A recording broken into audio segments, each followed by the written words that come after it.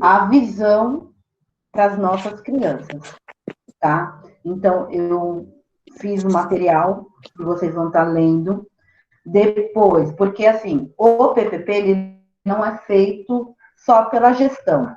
O PPP, ele é feito por todos envolvidos, né?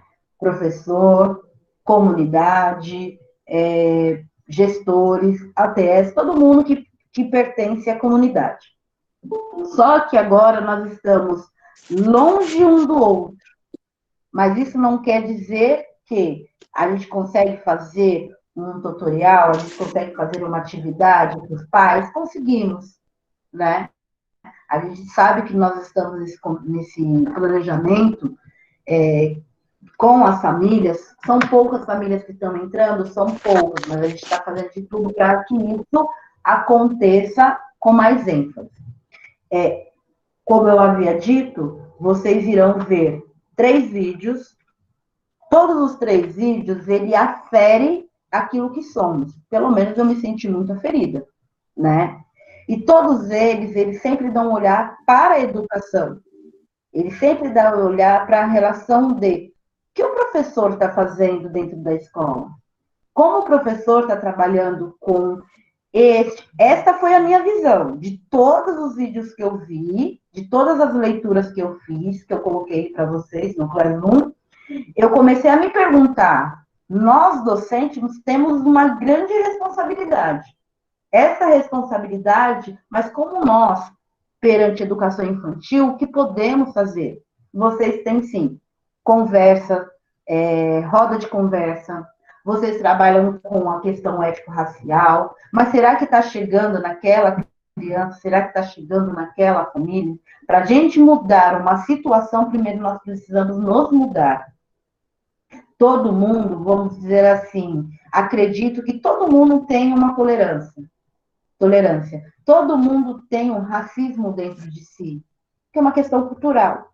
Mas, para se falar da educação infantil, a gente tem que voltar lá na história, na questão da colonização, na questão da desigualdade racial, na questão da desigualdade social, na questão do racismo, na questão do preconceito, e a gente vai procurar em nós.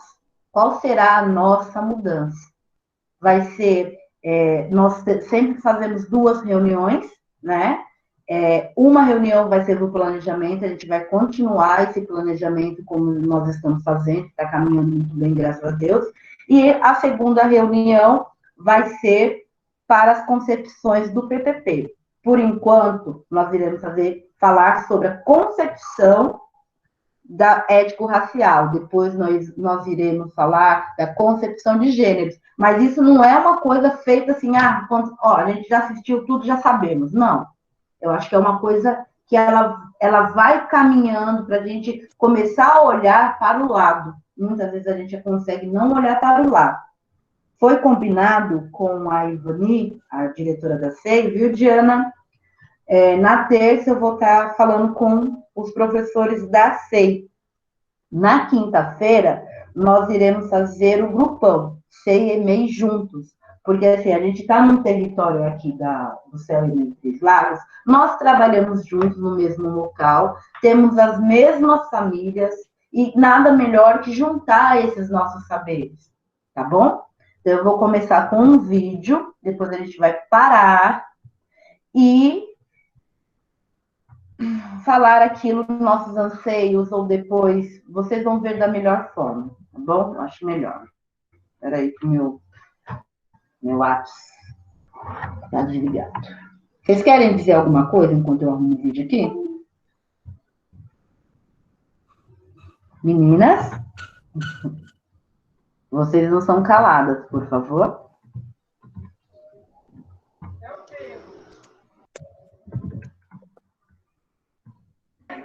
O que eu quero falar que podia pontuar, porque isso para mim tá igual ideia. A gente tá assistindo o vídeo, tá tudo, mas enfim, né? Então, ó, deixa eu só falar uma coisa. Já foi dito até esqueci qual é o nome, uma outra carta que veio, um memorando que veio, falou O PEA, ele não será feito, ele não será pontuado, mas nós estamos cumprindo nossa hora aula. Estamos cumprindo nossas 4 horas junto com o horário, a hora-aula que nós temos que cumprir. Porém, todos vocês participam dessa reunião para ela estar está acontecendo da forma mais clara para todos. Cada escola tem um jeito de ser feito. Porém, nós estamos sempre pensando no coletivo e quando falamos em relação ao PPP, o PEA, eu só tenho poucos professores, o PEA e o GEIF. Só que quando eu vou falar com todos os professores sobre o PPP, eu tenho que falar com todos, eu tenho que chegar com todos. Então, agora é o melhor momento, né, que eu consigo ter todos os professores para refletir sobre as nossas ações perante sociedade. Então, ele não está ligado ao PEA, até porque o nosso PEA, ele está muito mais centralizado com a trilhas do aprendizagem. Não é verdade? Então, não tem como pontuar. Então, não tem como entrar com o assunto do PEA. Até porque já foi tirado que esse ano não vai ter PEA. Mas nós temos nossa hora atividade. Tá bom?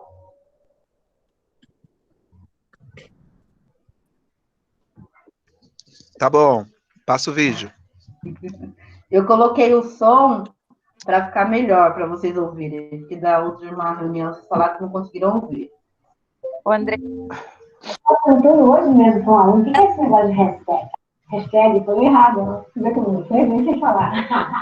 Hashtag somos todos humanos, hashtag somos todos iguais. Somos todos iguais?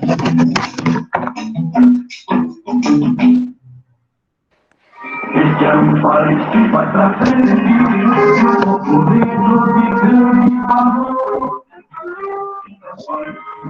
Você acredita em democracia racial? Essa é uma história bem antiga no Brasil. Na verdade, começou logo depois da independência. Em 1838, o Instituto Histórico Geográfico Brasileiro resolveu criar um concurso chamado Como Escrever a História do Brasil. Esse primeiro concurso foi vencido por um estrangeiro, o Volmar, que defendeu a tese que o Brasil era composto por 3 rios. Um rio bem caudaloso, que era o Rio Branco, um rio um pouquinho menor, que era o Rio Vermelho, e um rio ainda menor, que era o Rio Negro. Essa tese já mostrava o quê? Que o Brasil era uma mistura, mas uma mistura com hierarquia. Depois disso, em 1933, Gilberto Freire lança Casa Grande e Senzala. Foi um sucesso. Em Casa Grande, o mesmo modelo da democracia racial. O Brasil seria uma espécie de harmonia, teriam povos em harmonia convivendo, povos indígenas, povos negros e povos brancos. Foi só em 1950, provocado pelo Gilberto Freire, que a Unesco criou um programa para mostrar que o Brasil era um exemplo de democracia racial. Não deu nada certo. Florestan Fernandes, pesquisando aqui em São Paulo, mostrou que, na verdade, o brasileiro tinha um tipo muito particular de racismo. E vamos combinar que não tem racismo bom. O brasileiro tinha preconceito de ter preconceito. E o que será que Florestan Fernandes, esse sociólogo, quis dizer com isso? Quer dizer, que o brasileiro tinha preconceito, era racista, mas negava o tempo todo. E você que está me ouvindo, você que é racista, eu não sou. Isso criou uma noção de mestiçagem muito complicada no Brasil, na minha opinião. Porque nós pensamos em mestiçagem como mistura. Mas que tal a gente pensar em mestiçagem como mistura e separação também? O Marx identifica tendo sido o último país a abolir a escravidão no Ocidente. Dos 12 milhões de africanos e africanas que saíram do seu continente, forçadamente recebeu quase a metade. Esse país não pode imaginar um relacionamento apenas harmonioso entre brancos e negros. Havia uma desproporção imensa entre homens e mulheres, aqui no Brasil, 70% de homens para 30% de mulheres, e isso criou uma cultura do estupro com os proprietários brancos, estuprando as escravizadas e construindo uma cultura da força, muito diferente do que essa ladainha que emprega a noção de um país harmonioso e de mistura racial. Então, essa hora que você me pergunta, mas peraí, Lili, não é verdade que só existe uma raça, a raça humana? Eu não vou negar, só existe uma raça humana. No entanto, a sociedade cria diferenças todos os dias e todos os momentos, que é o que nós chamamos de raça social. O que é raça social? Vou dar o exemplo do Brasil. No Brasil, fenótipo, ou seja, cor de pele, traços, tamanho do nariz, lado, cabelo, são elementos fundamentais para nós construirmos preconceitos, para nós construirmos uma série de discriminações. Se você não acredita, basta entrar na internet que a gente vê todo dia casos de discriminação racial. Dá uma olhada no ambiente corporativo, nas universidades, nas escolas, nos restaurantes, no shopping center. Não vai ser muito difícil de achar uma série de casos. Se isso tudo não for suficiente, eu te proponho agora um desafio. Sai da sua casa, escolhe um restaurante legal, ou então vai no shopping que você costuma frequentar. Repara bem quem é que está consumindo e quem é que está servindo. Se as pessoas estão juntas ou se as pessoas estão bem separadas. E aí, quando você voltar, você deixa aqui, por favor, nos comentários, se você, de fato, ainda acha que a gente vive numa democracia racial. Estava perguntando hoje mesmo com um aluno, o que é isso? Meninas, meninos, comentários. Quem já sofreu preconceito?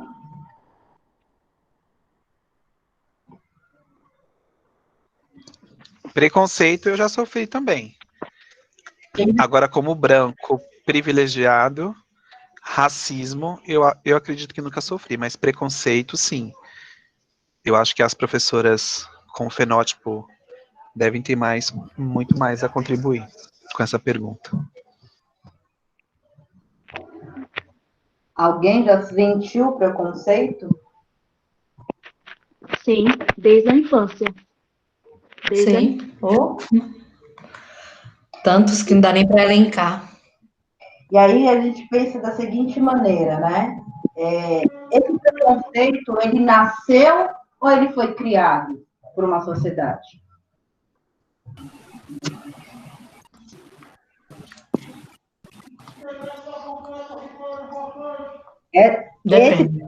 Esse preconceito... Criado, né, Andresa? Acredito que quando a criança nasce, ela dificilmente ela consegue, né, distinguir. Ela não sabe... Sim, foi criada, também acho. Yeah. Mas quem criou? A sociedade ou aqueles que estão ao redor? Ou a nossa história?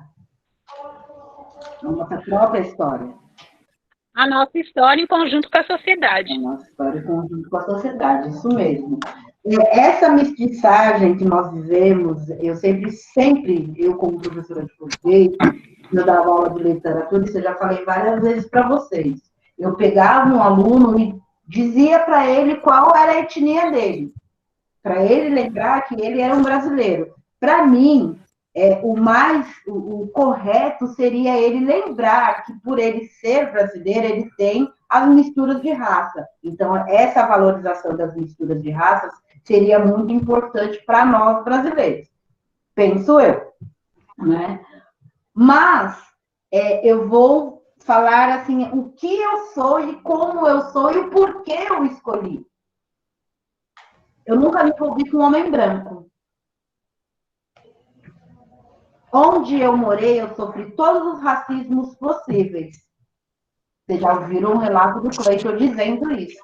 Que lá em Veleiros era a comunidade branca e lá se fazia essa distinção.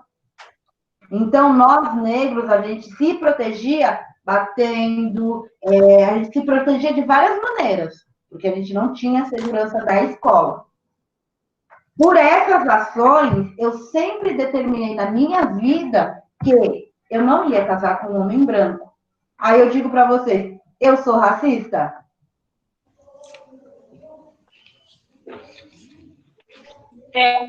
Sou. Racista.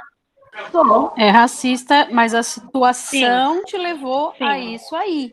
Então, por isso que eu acho que nas escolas é difícil, né, Mas gente? É muito difícil, mas a gente tem que tentar, ensinando, mostrando o caminho certo, mas é muito difícil, porque as famílias, muitas famílias têm ainda pensamentos antigos, né? Isso é muito antigo. E não é só famílias, tem muito movimento negro também com esse pensamento. Eu já participei de movimento negro, que eu ouvi de um negro falando que para eu nunca me envolver com cara branco, para não embranquecer minha família. Então, né, não é um pensamento assim individual. Tem muita gente que tem esse pensamento preconceito, mas eu acredito que é por toda a história, né? Todo o marco da cultura negra até aqui. Então, é por isso esse pensamento. Sim. E aí, mas que pensamento são atitudes, né? As atitudes que tiveram todo um percurso para dizer, não vou casar com um homem negro, eu não quero essa mestiçagem. Só que eu vim de uma família que é mestiça, né? O porquê eu estou me colocando nessa relação do preconceito, não preconceito? A questão é, para eu me defender aquilo que eu penso, como eu penso, então eu não me via junto ou ao lado de um homem branco. Então eu casei com um homem negro, e os meus filhos assim foram negros. Aí, em relação familiar, eu também ouvi dizer da minha mãe, falou assim, você não vai embranquecer? Porque todos os meus maridos eram negros tintos. Você vai embranquecer essa situação? Mas eu já era uma pessoa adulta, sabia muito bem como lidar com isso. Entendeu? Vocês sabem o porquê veio essa miscigenação do país? Vocês têm ideia o porquê, como nasceu?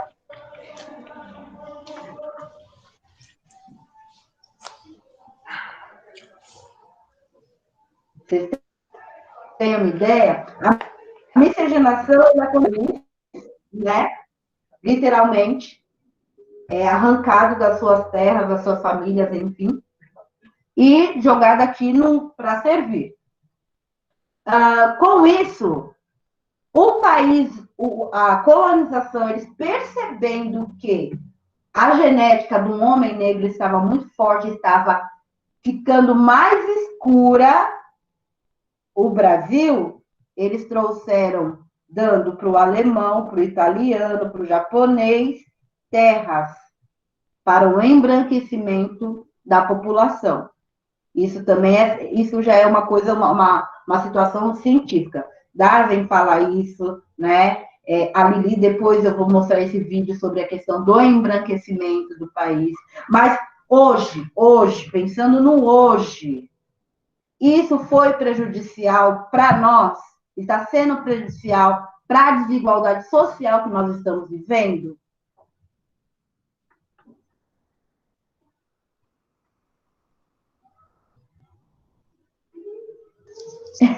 Com certeza. Porque aqui, no nosso território, eu comentei isso na reunião anterior, mas eu vou falar novamente. No nosso território, nós temos boliviano? Pelo que eu conheço, não. No nosso território, céu é meio Três Lagoas. Temos boliviano? Na minha sala não tem. Nós temos japonês?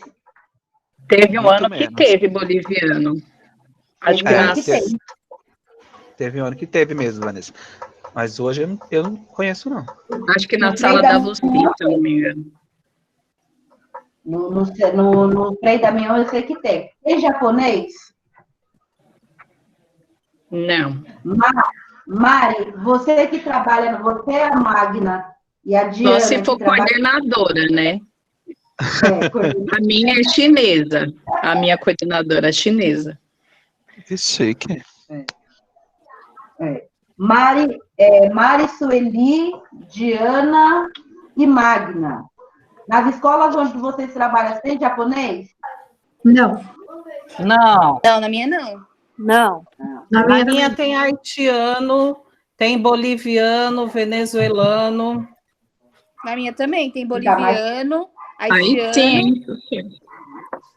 Paraguaio. Na minha não tem nenhuma outra etnia. Mas chinês não tem, não. É brasileiro, né? Do brasileiro. É mais América Latina, né? Nós tivemos, o ano passado, na EMEI, lá no Maria Alice, nós tivemos uma chinesinha. E ela não falava nada de português. Nós sofremos muito com ela, era tudo por gesto. E assim, ela chorava, muita gente não sabia nem o porquê ela estava chorando e nem como consolá-la. Porque a gente não entendia o que ela falava e ela não entendia muito menos o que a gente falava. Ela ficou, acho que 1 mês, a família tirou. E lá na Maria Alice nós tivemos outras... Nós tivemos uma criança, era angolana, que também tinha bastante dificuldade na fala, mas ela já falava bem com a gente, mas ela falava com a mãe um dialeto, mas ela não teve problema nenhum de adaptação, ela já estava aqui. Mas a chinesinha nos deu muito trabalho. E a gente ficou tudo olhando para a cara do outro, falando, de onde saiu essa chinesinha, gente? De onde essa menina veio? Né? Porque não é uma coisa comum. E ela não falava nada, nem um oi. Realmente foi bem difícil. Em 2013, eu trabalhei ali no Samuel Vale à noite, né? Dava uma aula para o Neja. Foi o Unibanco, fazer alguma atividade lá, enfim. Aí tinha uma japonesa. Ela olhou para mim assim, ela falou assim, eu fui em todos os horários, período da manhã, período da tarde e agora no noturno. Não tem nenhum chinês, não tem nenhum japonês aqui. Eu falei assim, tem uma. Ela estuda no período da manhã, mas é a única. O porquê eu estou falando dessa questão de quantas pessoas que têm essa miscigenação também, né? Essa linhagem. Eu não posso dizer que eu sou totalmente negra, porque eu tenho minha parte italiana, eu tenho minha parte alemã, né? Eu tenho isso na minha genética, entendeu? Mas eu também não posso dizer que o Brasil, por ser um país miscigenado, como podemos fazer essa harmonia social acontecer?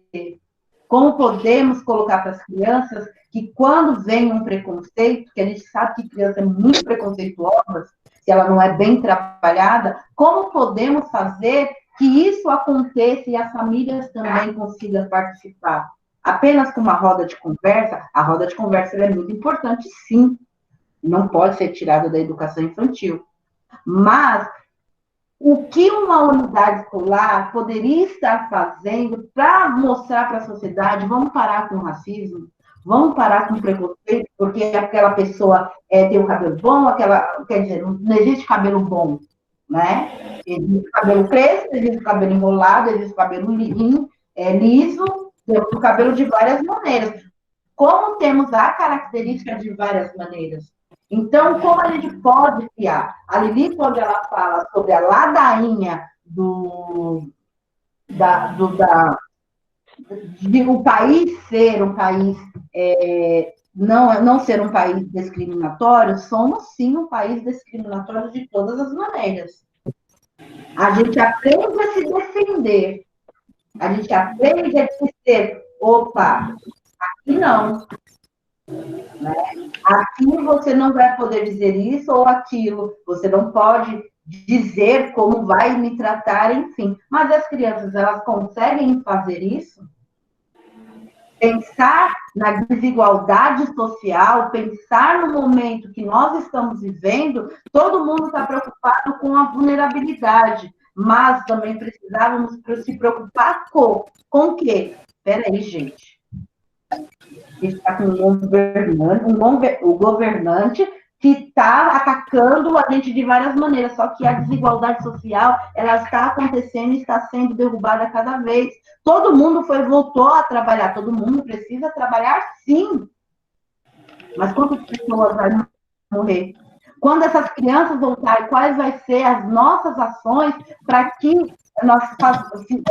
a gente faça essa criança pensar ou essa família repensar em algumas situações. Todo mundo precisa comer, todo mundo precisa ter a esperança. O Brasil é feito de esperança, de todas as maneiras. Então, quando eu falo do meu território, eu tenho que pensar no quê? Eu não tenho um imigrante, a gente tem a angolana, aquela negrinha linda. Entendeu? Então, quando eu vou pensar Céu, EMEI, Três Lagos, o que eu vou pensar? Peraí, a gente tem que começar a trabalhar com a tolerância, a igualdade para todos, porque essa é a importância da educação infantil. Nós não somos responsáveis pelo preconceito que o outro traz de casa, mas somos responsáveis porque acabamos sendo o espelho daquelas outras crianças. Eu posso dizer para vocês com ênfase, na comunidade onde eu vivi Frei Damião, se eu pintava o olho mais claro, as meninas me imitavam. Se eu colocasse Cadicalão, as meninas me imitavam. E foi passando de geração a geração. Entendeu? Então, eu percebi, eu tinha visão, não. A mãe dela é espelho dela. A mãe dela, não. Eu sou espelho de uma geração. De crianças que eu peguei da terceira série até o ensino médio, e eu conseguia me ver nela. Então, repensar nessa documentação, nos nossos momentos como docente, é o nosso planejar. Entendeu? Vamos começar a repensar quais vão ser as nossas ações perante a educação infantil. Alguém quer mais dizer alguma coisa? Eu vou passar outro vídeo. Então, deixa eu te falar uma coisa. Pegando no gancho do início que você falou, quando você falou que você não ia se envolver com um homem branco, porque isso veio da sua família. Você passa isso hoje? Você passa isso hoje para os seus filhos? Não passo para os meus filhos, não. Mas se eu falar para você, eu não vou ser hipócrita de dizer para você que várias pessoas, vocês sabem que meus filhos são... Eu tenho um café, torrão, né? É como o Cassiano fala. O Cassiano, ele olha assim e fala assim, mamãe, eu sou chocolate, o Saulo é café? Eu falei assim, é. Aí ele olha assim, mas o Saulo é mais escuro. Eu falei assim, não, a cor da nossa família é assim, o Cassiano. Porém, eu falei assim, e a Rani? A Rani, a veia da Rani aparece. A veia da minha sobrinha Raniele aparece todinha. E a Dandara? Então, eu vou mostrando para ele a mudança da genética. Aí, voltando ao que você falou, Mari, se eu falar para você, eu vou gostar, como fazem hoje. Quando vê o Saulo ou o Cassiano, os negrão, aí fala assim, olha, eu só olho. Eu tenho que não colocar isso que está inserido em mim. Mas sim, isso foi inserido em mim simplesmente porque, assim, eu tomei muita paulada em relação ao homem branco. Eu não falo nem a mulher branca, eu falo em relação ao homem branco. Eu nunca me envolvi, mas pelas coisas que aconteceram no meu redor, eu me protegi. Eu falei, não, isso aqui eu não quero para mim. Aí, colocando os meus filhos, eu vou tentar, respirar. Agora, se falar para você que vai ser do meu agrado, não vai ser do meu agrado. Não vou sincero. Não é. Mas, quem faz a escolha é as crianças. Eu só vou educar para ser um homem decente. Porque é uma coisa que está arraigada na raiz lá da família, né? Está lá na raiz da família. Por que eu estou te dizendo isso? Porque, assim, aqui em São Paulo, a minha família inteira é nordestina. Então, a gente sofre preconceito, né? O preconceito do nordestino existe. Muito. E isso é muito. Porque você sofre preconceito na escola, você sofre o preconceito no seu local de trabalho, e esse preconceito é o que você fez, você se blinda de alguma maneira, né? Você procura se blindar de alguma maneira. Mas eu acho que só através da educação é que a gente vem melhorando isso. Por que eu te digo isso? Porque eu tive uma aluna que eu tive ela no segundo ano, e eu não consegui alfabetizar essa aluna. Ela veio para mim já no 2º ano, que já deveria estar alfabetizada, e eu não consegui alfabetizar. E nós ficamos com ela no 2º ano, eu saí dessa escola, então ela teve o 3º ano, também não conseguiram alfabetizá-la. Eu voltei, peguei ela no 4º ano, ela não estava alfabetizada, eu não consegui alfabetizar, né? Então, no final do ano, mais para o 2º semestre, eu e uma amiga começamos a fazer sempre um trabalho de étnico-racial. E aí, porque essa minha amiga é negra, ela tem isso muito forte com ela faz todos os trabalhos dela relacionados a esse respeito, né, entre as pessoas. E nós descobrimos que essa menina começou a ter segurança e ela começou a contar pra gente o que os outros falavam com ela. E nós chamamos a mãe para conversar. E aí, qual foi a nossa surpresa quando a mãe veio e chorou para nós que ela sempre acontecia isso com ela, esse preconceito com ela, desde a creche. E o que a mãe fazia? Transferia ela de escola. Tirava ela da escola e colocava em outra. Então, nós falamos para ela, mas a senhora não pode fazer isso. A senhora tem que empoderar a sua filha a nível de que ela consiga arcar com esses problemas e seguir em frente. E a mãe chorou e falou assim, que sempre falou para ela assim, filha, é assim mesmo. Inclusive, não tem problema, porque... E ela sempre falava que ia ser professora, que ia ser outra coisa, e a mãe falava, não, você sempre vai ser uma empregada doméstica como a sua mãe. Então, o que a menina pôs na cabeça? Eu não tenho que estudar porque eu vou ser uma empregada doméstica. Eu não tenho futuro. Então, aí ia para a escola porque a mãe obrigava ela. A partir do momento que a gente começou a trabalhar isso nela, né, o 5º ano a gente pegou ela novamente na mesma sala, a gente conseguiu alfabetizar, ela teve mais vontade, né, ela teve essa vontade. Ela soltou o cabelo, que era uma coisa que ela não fazia, o cabelo vivia preso, ela começou a se arrumar, ela se achava bonita, como ela mesma falou na sala, eu sou bonita, né? E ela começou a fazer coisas que ela não fazia, né? E pra gente foi muito gratificante, quando ela saiu do 5º para o 6º ano, que mudou de escola, e ela agradeceu muito a gente, ela chorou muito, e a mãe também, porque assim, a mãe já vinha sofrendo esse preconceito e passou para a filha. Sim, ela não soube lidar, né? E aonde que a gente tem que pegar? A gente tem que pegar na educação mesmo. E assim, não é só o preconceito racial, é porque o cara é gordo, porque ele é alto, porque ele é magro, porque ele é baixo, porque ele é nordestino, porque ele tem a língua presa, porque ele tem dificuldade, porque ele é autista, porque ele é cadeirante, Sim. porque ele não tem pai, porque o pai dele está preso, né? Então, porque ele mora na favela, porque ele vem de chinelo, porque ele ele tem uma manchinha na pele. Então, tudo isso é preconceito, né? E assim, nós mesmos, vários colegas nossos, também são preconceituosos. Assim como a gente já cansou de falar que esse projeto que a gente faz, que a gente chama de africanidades nessa escola, nós colocamos no PPP, e ele já está conosco desde 2016, e ele vai ficar permanente no PPP, baseado lá na Lei 10.619.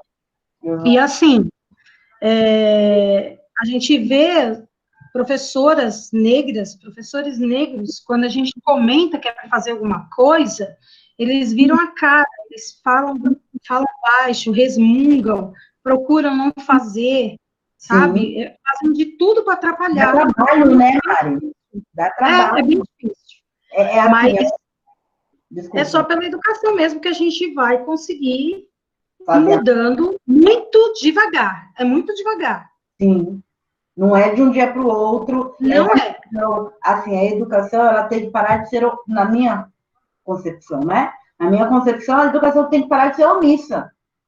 Ah, vamos trabalhar com uma cultura ético-racial. A mais. Não tem a mais. Nós somos um país miscigenado, todos nós levamos um pouquinho, eu sempre falo, todos nós levamos um pouquinho da senzala ali, na nossa genética, né? E graças a Deus que nós levamos essa senzala aqui no país, até porque a gente não é um país que, assim, segregação, não, o negro só casa com o negro só casa com a da sua etnia. Aqui não, a gente tem essas modificações, a gente pode escolher com quem a gente quer, a gente pode escolher como os nossos filhos vão nascer, entendeu? Mas, em relação a como eu vou criar os meus filhos ou não, eu vou criar ele conforme o respeito de todos, entendeu? O que ele vai escolher ou deixar de escolher, aí eu não posso dizer nada. Oi. Beleza? Oi. Essa questão, né, de o branco casar com o negro casar com o branco, do homem negro buscar a mulher loira de olhos azuis, né, isso tem a ver muito com a questão da infância também, né, e por que não querendo matilizar esse homem negro que busca uma mulher loira, mas por que o loiro, o branco, né, o loiro, branco, de olhos azuis, sempre está em referência como o mais belo, como o bonito, né, como o não mal. O ladrão é o quê? É o negro, né? O marginalizado é o que não presta. Né? A sociedade, a mídia mostra isso, né? Quando a gente vai ver na televisão, sempre quando tem essas reportagens, quem é que está lá roubando? Aí mostra lá, é o rapaz negro, mas isso é uma questão de análise mesmo mais profunda, né? Os contos de fada, quantos anos esses contos de fada mostra a princesa loira, né, de olhos azuis, trazendo para a infância? Quantos contos que nós temos que retrata a questão da mulher negra, né, da criança negra? Então a gente, aos poucos... Desculpa, Lúcia. Fala. Aos poucos, a educação infantil vai estar criando um papel. E como a professora Maria Dazori falou, né, em 2003, teve um marco, né, com a aprovação da Lei 10.639, e também nós temos que pensar da questão quando a gente fala de relações étnico-raciais e de consolidação do povo brasileiro, nós não podemos esquecer dos povos indígenas também. Sim. Que muitos de nós temos, né, essa miscigenação. Né, ela falou muito bem da questão do nordestino, né, que tinha-se, né, essa questão da discriminação do nordestino aqui no Sudeste, porque nordestino é burro, porque nordestino não sabe votar, que nordestino não sabe fazer isso. Eu sou de família nordestina, mas muitas vezes as pessoas não sabem que o Nobel de Matemática veio do Nordeste, uma das melhores escolas estão no Nordeste, educação, né, mas ainda tem essa discriminação. Sim. Mas Fala. Não, então, mas assim, na pauta da concepção étnico-racial, a gente vai entrar, sim, não só com o negro, mas agora, no momento, assim, a gente vai falar sobre a questão racial, o preconceito, a desigualdade social, porque a gente precisa entender o porquê isso está acontecendo nesse país tão diversificado, o porquê isso acontece há tantos anos, né? Por isso que eu falei para vocês que primeiro de tudo, vamos conhecer a história, vamos conhecer o contexto histórico do nosso país, para chegar ali nos índios, o porquê os índios não foram tão escravizados, o porquê. A professora falou muito bem, demonstrou muito bem a questão que mostra no nosso currículo, que é de equidade, né, e de inclusão, que a inclusão não está também só voltada na questão do fenótipo, mas ela vai além na questão da inclusão das crianças com necessidades especiais, né, a criança que é obesa, a questão do bullying, né, ela falou muito bem esse aspecto, e eu acho que é esse caminho mesmo. Da família, da importância. Eu sempre falo assim para vocês, é uma coisa minha e da minha família. Se eu sou essa mulher que eu sou, e às vezes para ser uma rocha, eu devo tudo à minha mãe, porque minha mãe sempre me ensinou muito a me defender. Tomou, bateu, levou. Não quero saber, entendeu? Então, ela foi bem isso. Então, ó, a gente fala da ladainha, ele fala da desigualdade social. A questão preconceito étnico-racial, ela vem muito pela questão da desigualdade social. E o que plantou para nós perante sociedade é como devemos modificar ou tentar caminhar para essas mudanças. Primeiramente, em tudo, por exemplo, temos que mudar nós mesmos. Não aceitar e não ficar simplesmente assistindo. Não dá só para assistir e ficar calado. A gente tem que começar a se movimentar. Mas, para a gente começar a se movimentar, a gente tem que ter convicções. Já passou da hora, né? Porque, assim, a gente está vendo os Estados Unidos dar exemplo para o mundo, né? E aqui, gente, eu posso falar porque, assim, eu peguei a rabeira da ditadura, né? Para mim, agora, eu não quero tingir o cabelo. Meu cabelo branco, para mim, é resistência, porque também o idoso também sofre. Eu acho que envelhecer também é um ato de resistência. É verdade, tá difícil. Eu falo, Adriana, porque eu peguei a rabeira da ditadura, eu não esperava viver o que eu estou vivendo hoje. Eu sei. E sabe, as pessoas estão acomodadas. As pessoas estão virando estatística, Andressa. O menino lá que morreu do elevador ficou por isso mesmo. Né? O Gabriel, hoje eu estou revoltada, nem quero falar muito que o Gabriel morreu, nem o pessoal da educação, nem para colocar uma nota, gente. Então, é mais um pobre, um preto, um favelado que morre, é o nordestino que morre e ninguém faz nada. Então, a gente já passou da hora de se mobilizar, só pela mobilização, gente. Sim, só pela aprendizagem, né? A gente começa a pensar aquilo que a gente pode fazer ou deixa de fazer, né? Eu nunca fui uma pessoa ativista e eu também não estou para ser uma pessoa ativista, né? Mas, assim, em relação à minha etnia, eu sempre fui muito assim. Ó, você bateu? Te bateu? Já era, Andressa. Você é ativista, já. Se defenda. Mas, assim, pensando nos meus 16 anos de educação, o que eu faço, o que eu tenho passado, eu comecei a parar e pensar assim, gente, mas o porquê eu vou ficar omissa? O porquê eu vou ficar ali quietinha, fingir que nada aconteceu? Eu tenho uma família totalmente negra, e nem se eu não tivesse uma família totalmente negra, eu deveria fazer alguma coisa para começar a caminhar. É claro que a gente não vai resolver o mundo, mas tem muita documentação que está dizendo a educação é fundamental.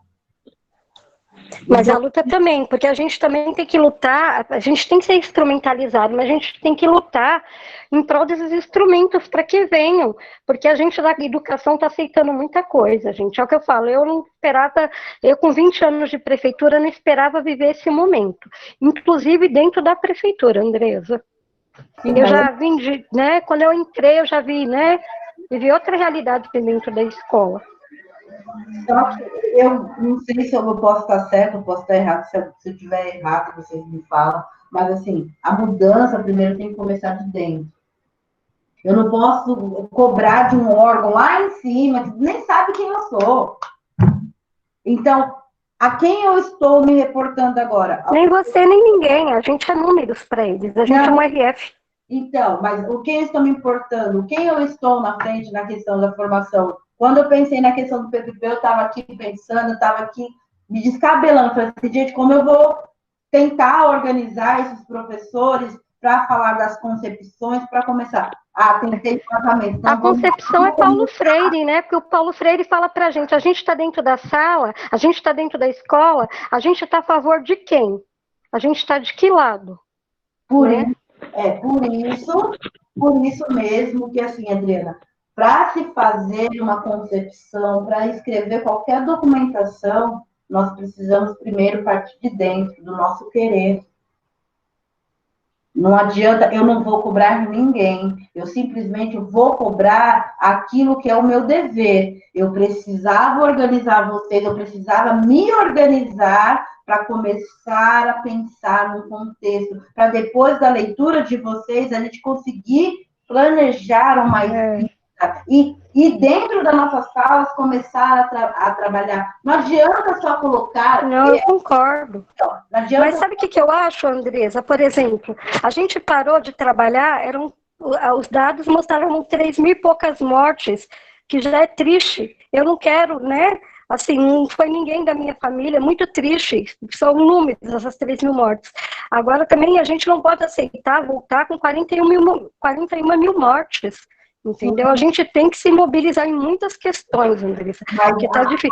Porque a gente tá insensível. Morreram 40, eu tô vendo as famílias, eu conheço pessoas, tô vendo essas famílias chorarem, gente, como se o comércio abrindo, e a gente também não pode ser desumano e aceitar a gente se expor ao risco, as crianças estarem voltando. Eu tô nos grupos, eu tô vendo esse pessoal que tá trabalhando que nem você. Viu, Andressa? Pessoas, quanto diretor de escola já não morreu aí, gente, trabalhando? Olha. Mas aí isso está acontecendo por uma desigualdade social. Com certeza. Atrelada, Adriana. A questão da democracia racial está atrelada. Está atrelada, concordo.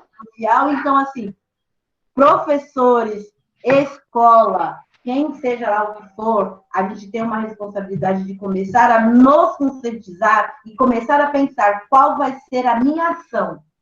Porque é como eu falei, nós somos espelhos, sim. Nós somos espelhos do outro, a gente é espelho da criança, a gente é espelho do adolescente, tá bom? Vamos para o segundo vídeo, senão a gente não vai... E a gente vai formando. Tá, Joia, você tá correta e Gabriel presente, viu? Espera aí que eu vou colocar aqui.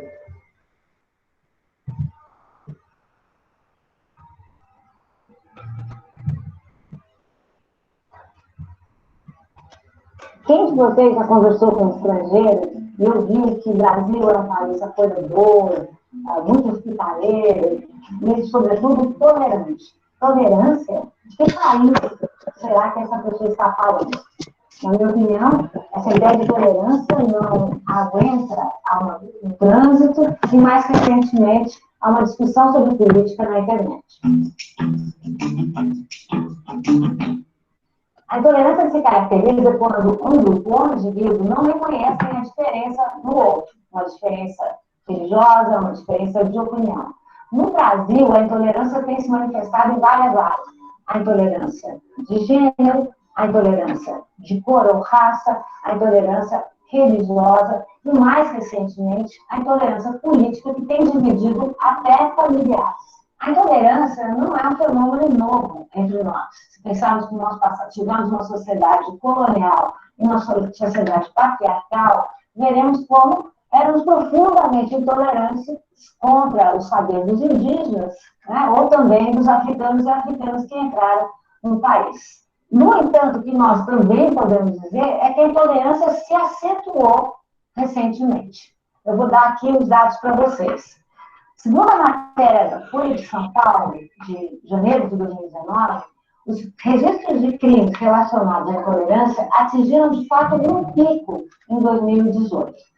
Só nos meses da campanha eleitoral foram registrados 16 casos por dia, o triplo dos 4,7 registros diários no primeiro semestre, portanto, fora do período eleitoral. O ápice da intolerância se deu exatamente em outubro, mês da votação do primeiro e do segundo turnos. Foram 586 boletins de ocorrência, uma média de pouco mais de 18 casos por dia. É muito, pessoal. O total desse mês, só para vocês terem uma ideia ainda melhor, representa 67% do acumulado dos 6 primeiros meses.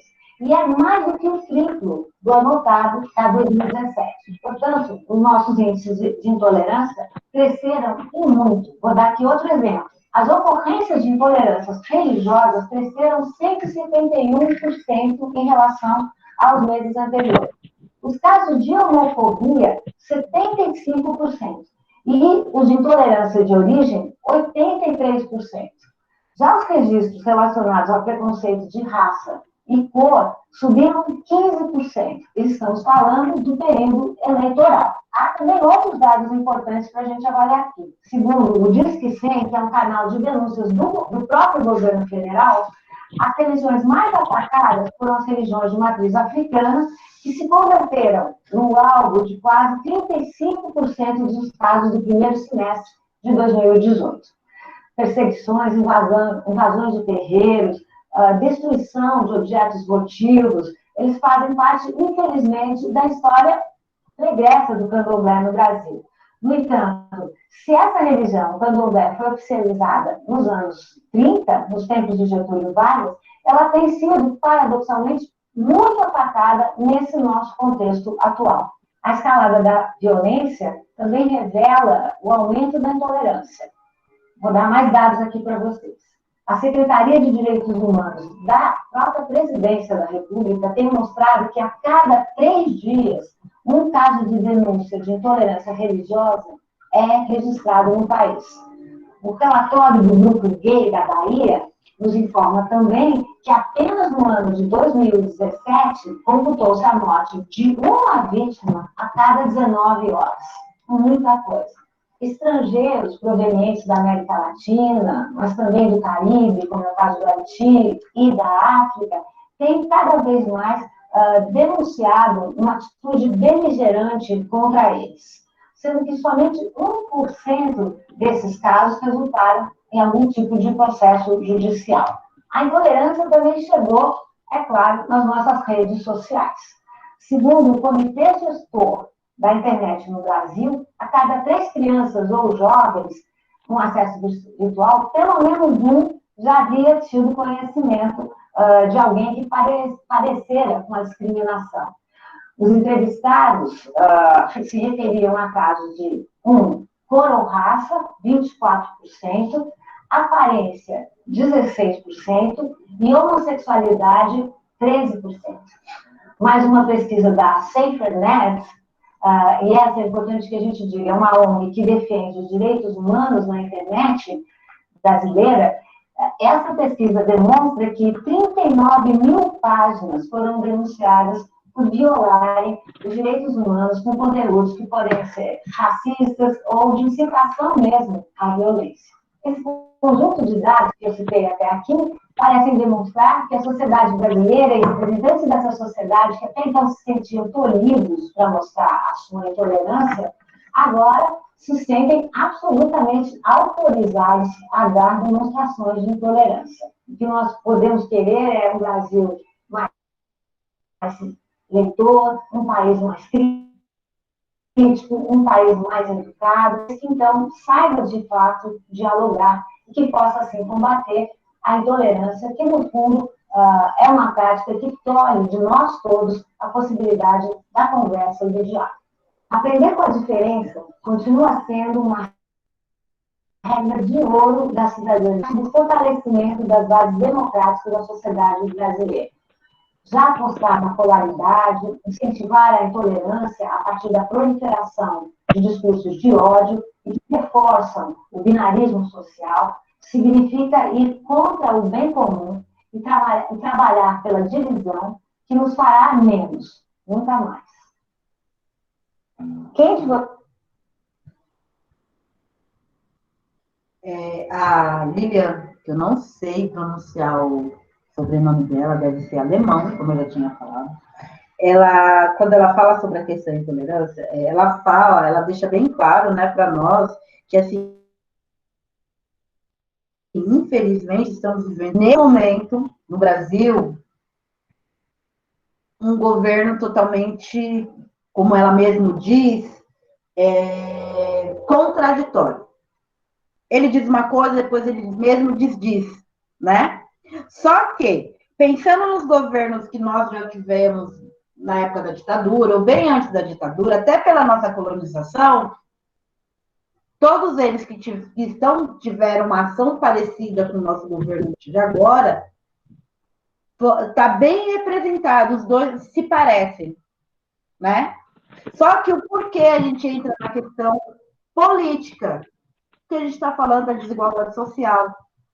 a gente está falando da desigualdade racial. E uma se atrela à outra, uma caminha com a outra.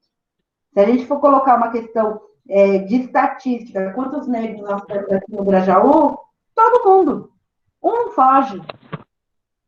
Se a gente for pegar dentro da nossa sociedade, é claro que, por causa de um sistema, uma questão histórica que foi implantado em nós, né, brasileiros, a gente vai dizer, eu sou pardo, eu sou moreno, eu sou isso, eu sou aquilo, mas eu nunca vou dizer eu sou negro.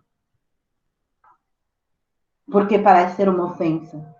A palavra negro, preto, escuro, ele é uma palavra negativa.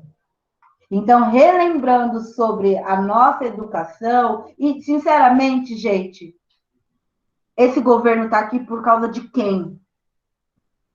Quem é a pessoa mais responsável, o órgão mais responsável? Não é a educação, não? Eu acredito que sim. Eu estou falando num todo. Quando eu estudava, eu lembro que eu tinha lá no livro de história, eu tinha o mameluco, eu tinha o caboclo, eu tinha o negro, eu tinha o alemão. Tinha essas representações de pessoas. Hoje eu pego um livro de história de primeira série, ou até o livro próprio de língua portuguesa para a criança que está sendo alfabetizada, eu falo assim, nunca. Eu estou alfabetizando meu filho e está muito bem pelo caminho dos saberes. Acho que é esse o nome, né? Caminho de saberes. Porém, o que a gente pega hoje em dia para ter ao nosso país, ele não está querendo formar ninguém. E o professor, será que ele também está no comodismo? Eu acho que sair do comodismo agora é um momento, já passou do momento, né? Então, vamos começar a trilhar os nossos pensamentos para saber, tá, a pessoa não é tolerante, a família não é tolerante, mas isso é por causa de um sistema que vivemos. Mas somos formadores. No momento que somos formadores, a gente tem que começar a cutucar. Cutucar, falar assim, não, isso não pode não. Então, é repensar sempre todos os nossos passos perante educação. E eu vou dizer uma coisa aqui, pode até chocar os professores da educação infantil, mas eu acredito que vocês têm uma representação maior que um professor de ensino fundamental. A gente lembra, mas o professor de educação infantil é o afeto, é o carinho. E se a gente não souber lidar com essas questões do afeto, eu vivia me perguntando, mas o professor não pode pegar aquela criança no colo, não pode dar carinho. Quantas vezes eu vi vocês passando a mão no cabelo da criança, tentando acalmar essa criança? E aí, não sei se vocês sabem, as crianças guardam memórias. E aí, o momento que vocês, de repente, a gente é ser humano, a gente vai errar sim. Isso, falar assim, eu não vou errar, é mentira, gente.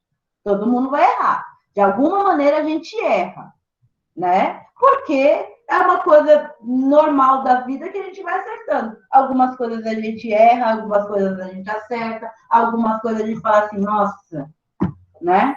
Poderia ter feito melhor. Mas é repensar na questão do que eu preciso fazer para as coisas melhorarem. Porque no momento que eu mudo no meu trabalho, eu consigo mudar na minha casa, eu consigo mudar em qualquer lugar. E a gente é referência para uma sociedade. Tá bom, a gente ganha mal? Tem lá, hoje em dia os pais conseguem ver, né? Olha, parabéns, professores, que conseguem ficar com os 35. Quantas homenagens a gente está tendo? Mas e antes? Ele falava o quê? Aquele professor não faz nada, fica ali sentado. Mal ele sabe o quanto é difícil você falar para aquela criança, não bate, porque o que ele vê em casa é bater. Peça desculpa, o que ele vê em casa não é o pedir desculpa. Não fale palavrão, o que ele vê em casa é não falar palavrão. Quantas crianças vocês vão reeducando? A gente não vai ser o pai e a mãe, mas a gente sabe que tem a responsabilidade de reeducar. E um dos pontos é como tratar a tolerância. Fechando o último vídeo, tá? Graça, tá linda. Ô, Andresa, só uma perguntinha. Quem é Leandro? Também não sei. Não sei, não. Leandro Fontanés. Ah, Leandro Fontanés deve ser da Labeleta. Ah, sim. Ah, tá, que eu já queria saber quem é esse Leandro, o que é que ele faz no meio da gente aqui. Eita, povo bravo. Tá, vamos pelo... Essa Gracilda. A Superpura tá participando, Andresa? Oi? A Vilani também está participando? Ela tá aqui no cantinho, caladinha. E eu aqui falando, ativista. Prestando atenção em tudo. Tem que falar o que a gente é mesmo, filha. A gente aqui é a nossa reunião. O que é isso, mano? E eu tô certinha. Eu estou aqui prestando atenção em tudo. Seja bem-vinda, senhorita Maria Vilani Rodrigues da Silva. Obrigada. Estou só esperando terminar e eu falar uma coisa, mas eu estou quietinha aqui acompanhando. Tá, aí a gente vai para o último vídeo, depois eu vou mostrar para vocês um slide que eu fiz. E aí eu vou mostrar para vocês como vai ser o caminho agora dos nossos estudos. A gente já começou, né? Mas como a gente vai começar a repensar em algumas ações. Tá bom? Lucy, você não quer falar nada, Lucy? Oi? Quer falar nada, não, Lucy? Eu não quero falar, não. Estou só observando. Quando eu pego mais, eu aprendo mais. Tá certo. Ó, esse aqui é o Ed Júnior.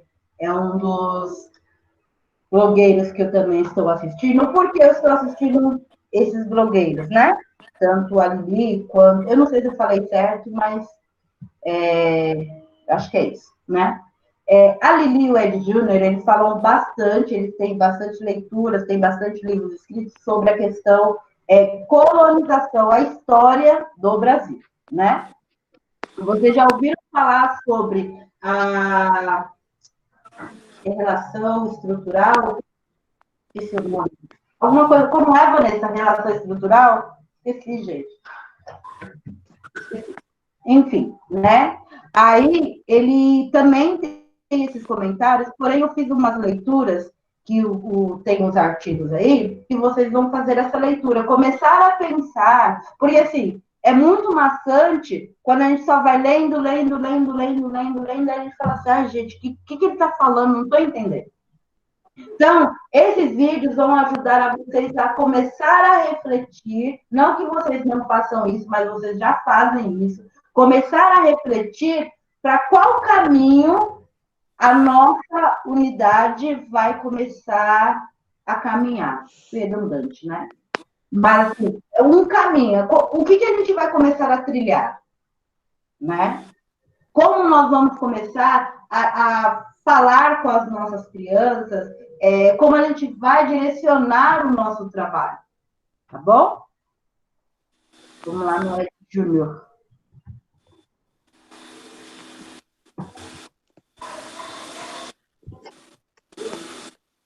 Então, falar sobre educação e racismo é falar um pouco sobre a estrutura de como esse sistema tem racismo.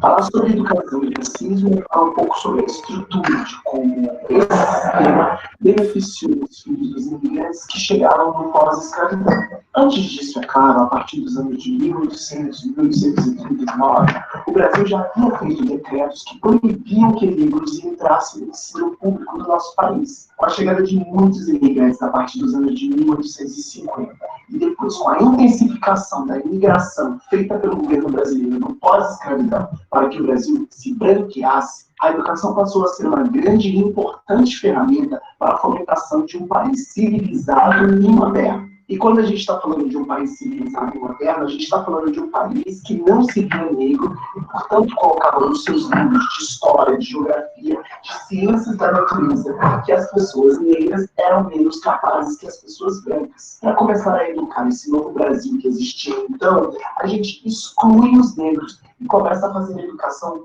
voltada para grupos étnicos europeus que chegavam ao Brasil. A Igreja Católica cria várias escolas, várias instituições de ensino que têm como objetivo educar filhos de alemães, filhos de italianos, filhos de espanhóis, de franceses. Fala para mim, você não conhece uma escola católica do início do século XX ou do final do século XIX que tinha como objetivo filhos de colonos europeus em sua chegada no Brasil. E esse modelo educacional fomentado por escolas religiosas foi muito danoso ao negro. Será que não teve nenhum momento em que a igreja mais rica do mundo e mais poderosa do mundo pensou em criar escolas para os filhos dos ex-escravizados? Eu acho que não. E é nesse momento que essa educação é incrivelmente danosa a pessoas negras, então, filhas de escravizados ou ex-escravizados no início do século XX. Em momento nenhum se pensou em fazer uma educação voltada para a base, voltada para aqueles que agora deixavam de ser escravizados e começariam, então, a ter oportunidade de se inserir no mercado e na vida social do nosso país. O modelo educacional do final do século XIX e do início do século XX exclui pessoas negras e escolas religiosas fazem parte desse sistema até hoje. Pensa comigo que a igreja mais rica do mundo não ofereceu de forma alguma bolsas para que pessoas negras estudassem lá dentro e fomentou as diferenças, criando escolas cada vez mais caras e cada vez mais distantes da realidade de pessoas negras, pobres e periféricas. Ou seja, esse modelo quase segregador de educação continua fazendo com que o nosso país seja um dos países mais desiguais em níveis de educação do mundo, na qual o modelo de ensino proposto pela religião, que foi fundamental para a criação desse país, tenha se colocado à disposição apenas das elites e continua perpetuando esse tipo de sistema que é vil e excludente. Me pergunta se eu tenho um sonho? Sim. O meu sonho seria ver essas escolas caríssimas, ligadas a instituições religiosas, dando bolsas para quem realmente precisa estudar em escolas de qualidade. Alunos incrivelmente inteligentes, que vivem nos bolsões de pobreza desse país, que são basicamente ignorados pelo sistema educacional religioso caro, que se coloca como elitista e cada vez mais segregador na nossa sociedade. Lembrando mais uma vez que as escolas religiosas se colocaram à disposição de grupos étnicos europeus que chegavam ao Brasil. Era a escola católica francesa, era a escola católica inglesa, era a escola católica italiana, era a escola católica portuguesa, era a escola católica alemã, e por aí vai, viu? O meu sonho seria, de fato, ver essas escolas católicas muito ricas do país abrindo as portas para receber pessoas periféricas e faveladas em suas instituições de ensino. Porque eles têm muito dinheiro e eles podem muito bem acomodar pessoas lá dentro. Claro que existem exceções à regra e a gente não pode generalizar. Mas é importante fazer uma reflexão sobre o ensino de escolas que deram oportunidades para um grupo de imigrantes se tornarem elite nesse país. E é por isso que toda vez que eu passo na frente de uma escola tradicional brasileira, dessas tradicionais ligadas a instituições religiosas, eu penso, o Brasil poderia ser muito diferente se, ao invés de abrirem as portas somente para os filhos dos imigrantes europeus que chegassem, eles tivessem tido um pouquinho de consciência e aberto a oportunidade para todos os filhos de Deus terem o mesmo acesso à educação no final do século XIX e no início do século XX. Você já pensou sobre isso? Oi? Faço minha as palavras dele. Quem aqui estudou numa escola particular? Quem de vocês estudaram em escola particular?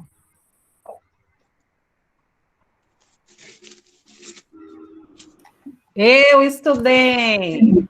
Sueli, qual foi? Eu sou rica. Eu estudei porque a minha mãe trabalhava fazendo serviços gerais na escola, eu tinha bolsa. Eu fiz a mãe. Isso é uma coisa normal, né? A gente consegue tudo, né? Se a gente tem algum familiar, mas alguém estudou numa escola particular?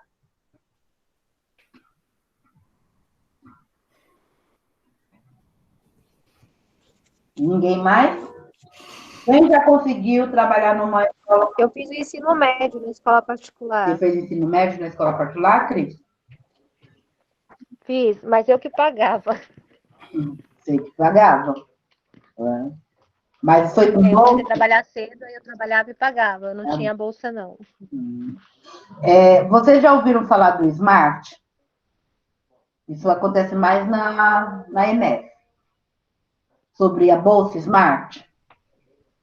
Não, eu conheço só a televisão Smart. A bolsa Smart, ela funciona assim. Elas pegam os melhores alunos. Se eu falar alguma coisa errada, você me fala, Maria Vilani. Eles pegam os melhores alunos. Esses melhores alunos, eles escolhem a escola Bandeirantes, Portuguesa. Eu só lembro do nome de Bandeirantes, mas escolas de pontas, né? E eles estudam, conseguem a bolsa, eles dão todas as condições para essa criança estudar. Porém, essa criança da periferia, eu falo isso porque uma aluna minha, ela passou por esse processo, né? Essa criança da periferia, ela tem que estudar numa escola pública e estudar numa escola de ponta, da escola que ela passou. Ela tem que fazer 2 vezes o mesmo curso para ela conseguir entrar. Só que assim, ela vai ter todo como eu posso dizer, ela vai ter todo... Me ajuda na palavra aí, gente, que eu esqueci.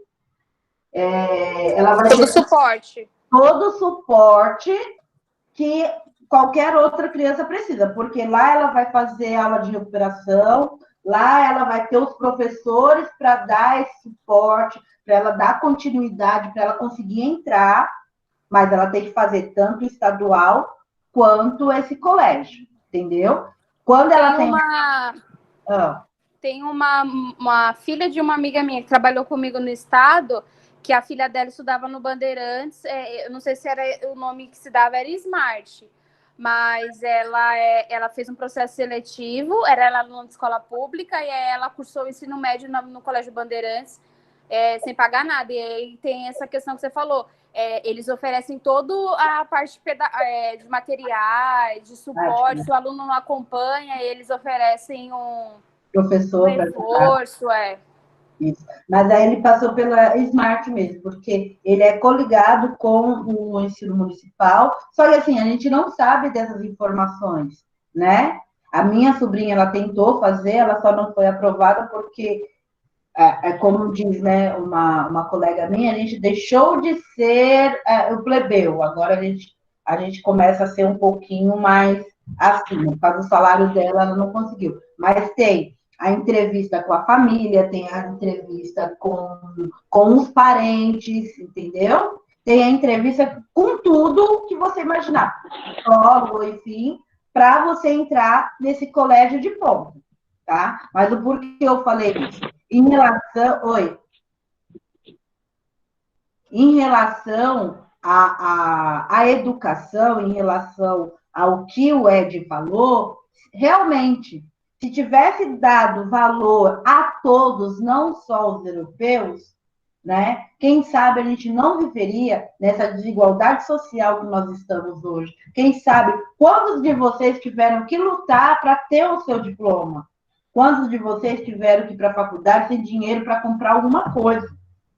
Né? Antigamente, quando eu estudava, né, os professores eram mais elite. A gente sabe disso. Né? Era o que parecia. Depois, a educação foi mudando. A educação foi mudando, aqui veio a questão do magistério, que vocês puderam fazer magistério. Né? Eu fui teimosa, não quis fazer o magistério, mas eu morava do lado do Cefam. Se eu quisesse fazer magistério, eu tinha a bolsa de estudo. Aí entra naquela questão que a Sueli falou. Eu consegui a bolsa porque a minha mãe trabalhava lá. Eu poderia estar estudando lá porque minha mãe era patineira de lá. Entendeu? Só que hoje, quem consegue ter esse caminho? Pela situação que nós estamos vivendo, se as igrejas, enfim, elas tivessem realmente aquela união, não olhar a quem, mas ter a união, a gente não viveria tanto nessa desigualdade social que nós vivemos. Tá bom, meninas? Só vou passar um slide aqui para vocês, que vocês vão encontrar no Classroom. Para vocês olharem. Vocês querem dizer alguma coisa?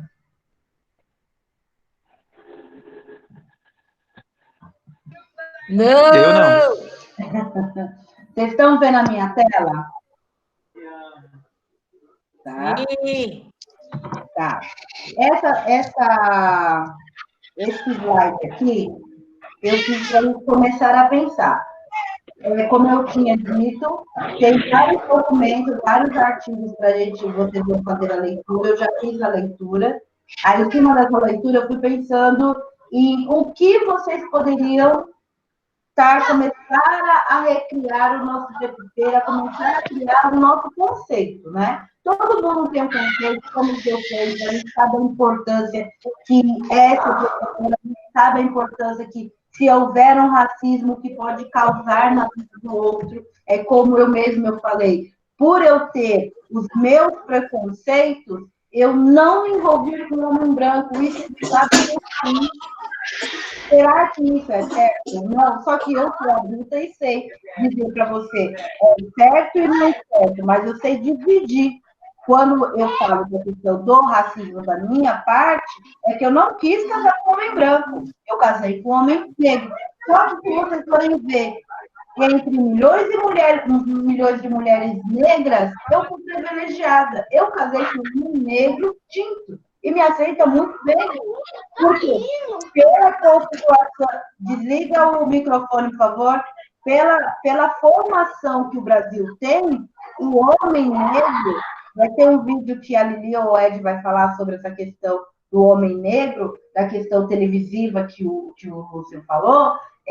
Ela está dizendo, foi implantado para a sociedade que o bom era o homem negro, ele tem que ser jogador e cantor. Ele não pode ser mais nada do que isso.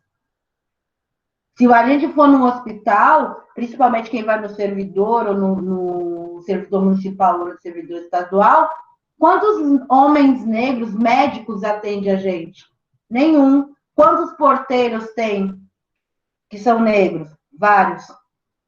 Então, é começar a mudar essa estatística que a gente vive.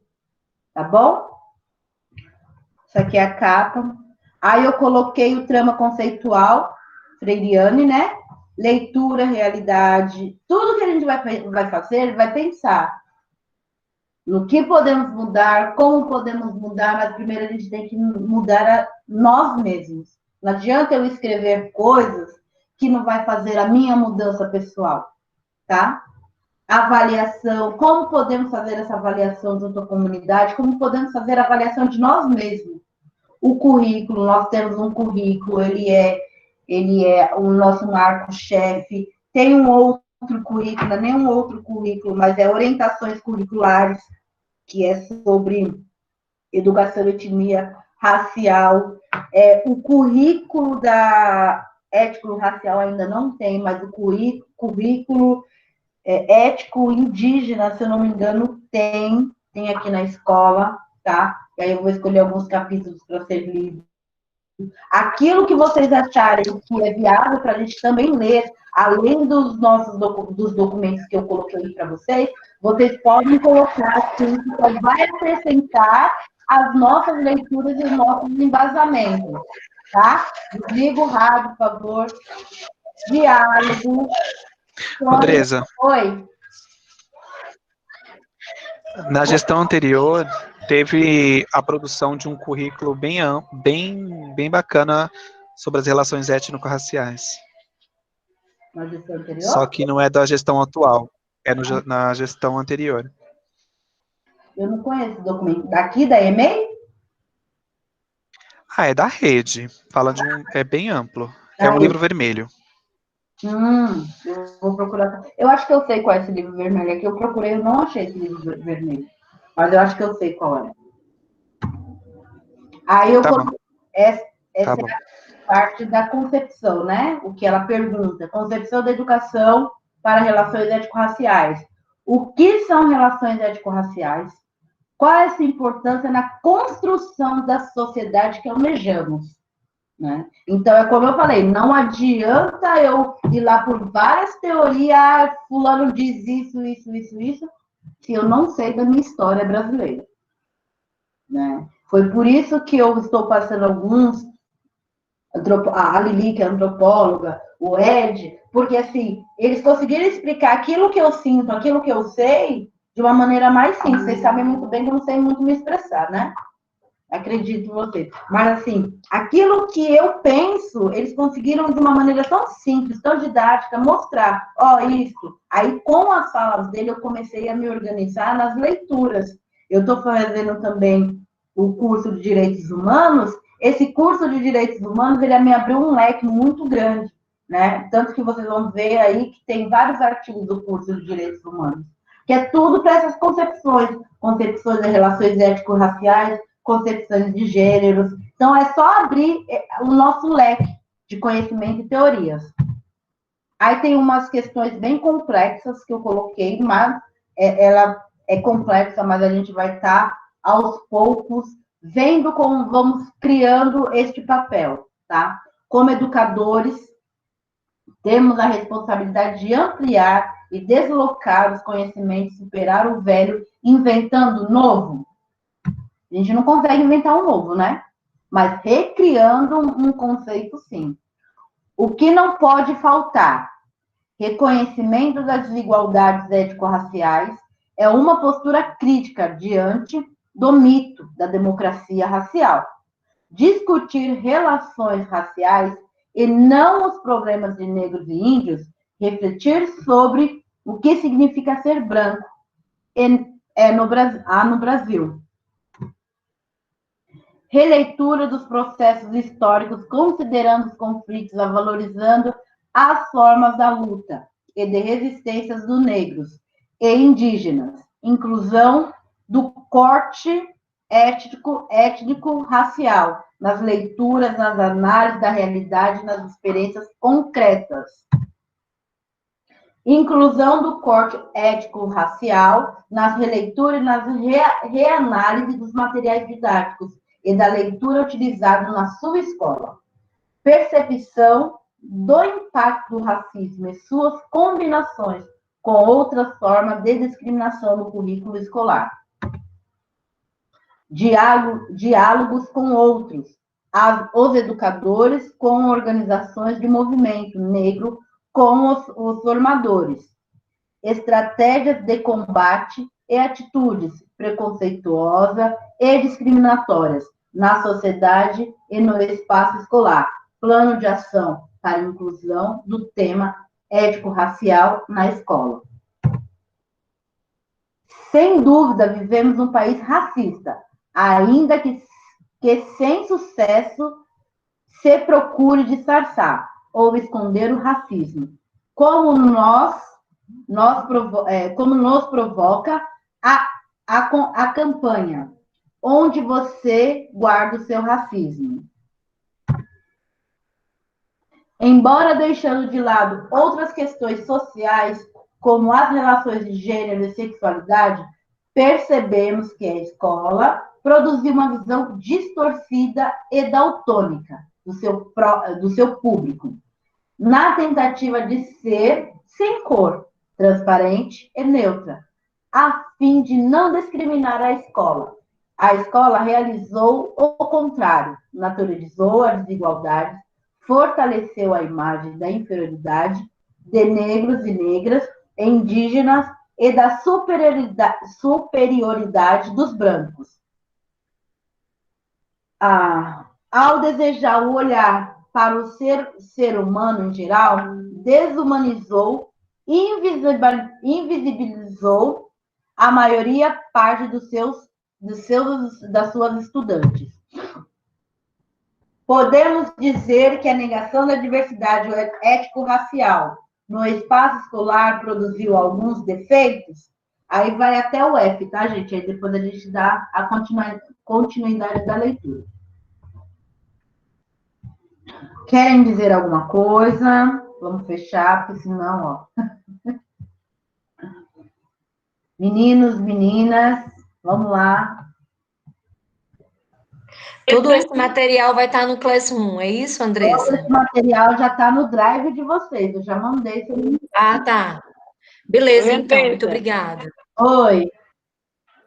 Tudo bem? Boa tarde, né, todos e todas. Boa tarde. É um bate-papo assim, bastante agradável, né? A gente partir historicamente do que a gente vive culturalmente, do que a gente é culturalmente, do que a gente construiu ao longo da vida dentro de uma cultura, né? Discutir essas questões de relação étnico-racial faz parte da ação educativa, faz parte da ação do educador. Lembrar que, antes de tudo, a nossa ação é uma ação política e tem lado, né? A gente está para defender os direitos de aprendizagem de todos os meninos, de todas as meninas, de todas as raças, de todos os credos, né? Pensar em tudo isso. Pensar que essa construção dentro do projeto político-pedagógico é construído coletivamente, né? E essa hora a gente tem que se propor, né, a olhar para dentro de si e tirar algumas máscaras que, não que elas são reais, mas inconscientemente a gente acaba construindo, até por conta de uma cultura que está posta. Infelizmente, para se discutir, para se trazer para dentro da realidade, precisa acontecer o que está acontecendo no mundo, não só no Brasil, toma volume, toma corpo nas redes sociais, quando a gente vê as crianças, os jovens, os adultos, as mulheres, né, negras ou pretas, ou pretos, como cada um queira chamar, porque cada um se autodefine, né? E toma volume, e aí parece que só é essa hora que a gente quer discutir isso. Lembrar que isso está dentro do currículo todos os dias. Esse currículo, ele acontece na rotina, ele acontece nas práticas, ele acontece nas ações, e a gente, enquanto educadora, a gente tem que descobrir, perceber, né? Ali na relação entre as crianças, ele está vivo. E aí a gente, dentro de uma ação educativa, a gente olha para isso, a gente trabalha com isso.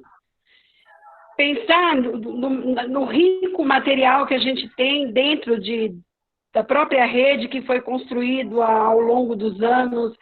Faz tempo que a gente está discutindo a questão da ausência, principalmente no livro didático, da mulher, do negro, né? De pessoas diferentes, que aí a gente precisa brigar, precisa tomar, né, dar volume, dar voz a essas coisas, porque parte do princípio que todo mundo é igual, que todo mundo é normal, mas quando a gente sabe que de fato aí essas desigualdades sociais estão aí no cotidiano, né? Tem um rico material que foi construído dentro do próprio portal de SME, em todas as gestões, que pode aí ajudar, a colaborar dentro desse processo formativo. E olhar mesmo para a questão com carinho, com respeito, que tudo isso merece, né? A gente está, assim, sentindo na pele, a gente está, assim, sofrendo, a gente está, assim, percebendo. Depois, alguém aí, acho que não sei se foi a Lucy que falou em relação ou foi a Andréia, não sei o nome, essa volta, como é que a gente vai acolher, né? Como é que a gente vai pensar, olhar para essas crianças, e quando isso vai acontecer, como é que a gente acolhe. Porque tudo vai ser diferente, o abraço vai ser diferente, o olhar vai ser diferente, olhar para os colegas vai ser diferente. Então, pensar nisso também isso, já pensando no projeto político-pedagógico, pensar nessas questões. Existem conceitos que vão além, eu acho que vocês estão no caminho certo, né? Tem que ir construindo esses conceitos, tem que ir atrás desse processo formativo, e aprender e aprender com respeito, aprender olhando para os direitos de aprendizagem, aprender olhando para a criança, para o bebê, para o menino, para a menina, de todas as formas. Acho que foi um bate-papo agradável, uma formação gostosa, porque vocês foram desafiados a olhar para aquilo que vocês estão aí construindo nas relações no dia a dia. Isso é bom. E que, de fato, né, vocês possam, né, agora mesmo a gente tem um pouquinho, a gente sabe que trabalha muito mais, né, o trabalho agora é intenso, principalmente para vocês, professores, para vocês, educadores, para a gente também não está sendo fácil, parece que a gente está 24 horas no ar, não é favorável. Mas, assim, olhar para isso, né? Olhar para esse material que tem aí e construir uma proposta que tenha a cara da EMEI do Céu Três Lagos, que tenha a cara da comunidade, que tenha a cara e que atinja principalmente aquilo que a gente quer, que é essa formação, que é essas aprendizagens. Acho que é isso, né? Obrigada, Maria Vilani.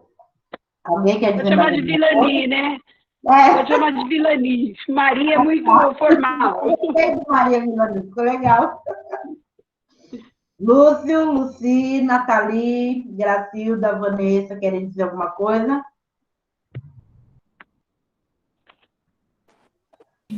Não, tranquilo. Bom. Faço as palavras da menina Andresa as minhas, tá? Menina Vanessa. Magna. Eu quero parabenizar você pela formação, que está sendo maravilhosa. Parabéns, Andresa. Obrigada. Também gostei muito, Andresa, da pauta dessa reunião maravilhosa. Parabéns, viu? Obrigada. Meninas, eu deixei os artigos, né?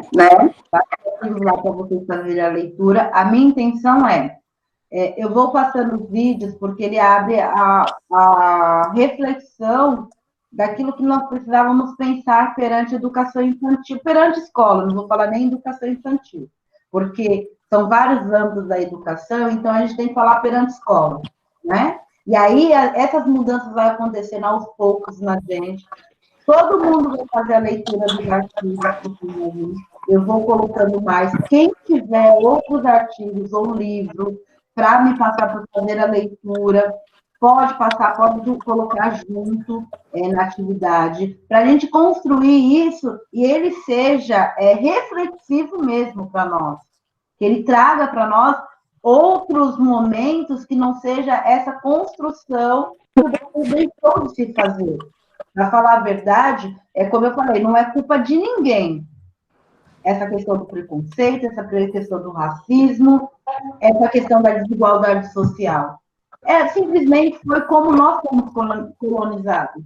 Nós fomos colonizados da seguinte maneira: eu vim, eu tomei, e agora você tem que me obedecer. Só que as nossas crianças também estão vivendo isso. Até quando a gente vai deixar isso acontecer? Como eu falei para vocês, eu não estou querendo ser ativista em nenhum momento, mas eu também não posso me deixar no canto. Se eu não falar, se eu não colocar um grito, está na hora de mudar, né? Eu falo assim, Deus escreve certo por linhas tortas, né? Tá bom? Aí vamos fazer uma leitura, a gente vai fazendo as coisas com calma. Não é Quero falar, Andresa. Porque assim, a gente vai conversar, a gente tem 2 reuniões, então, sempre na última reunião a gente vai falar das concepções, uma leitura que vocês fizeram.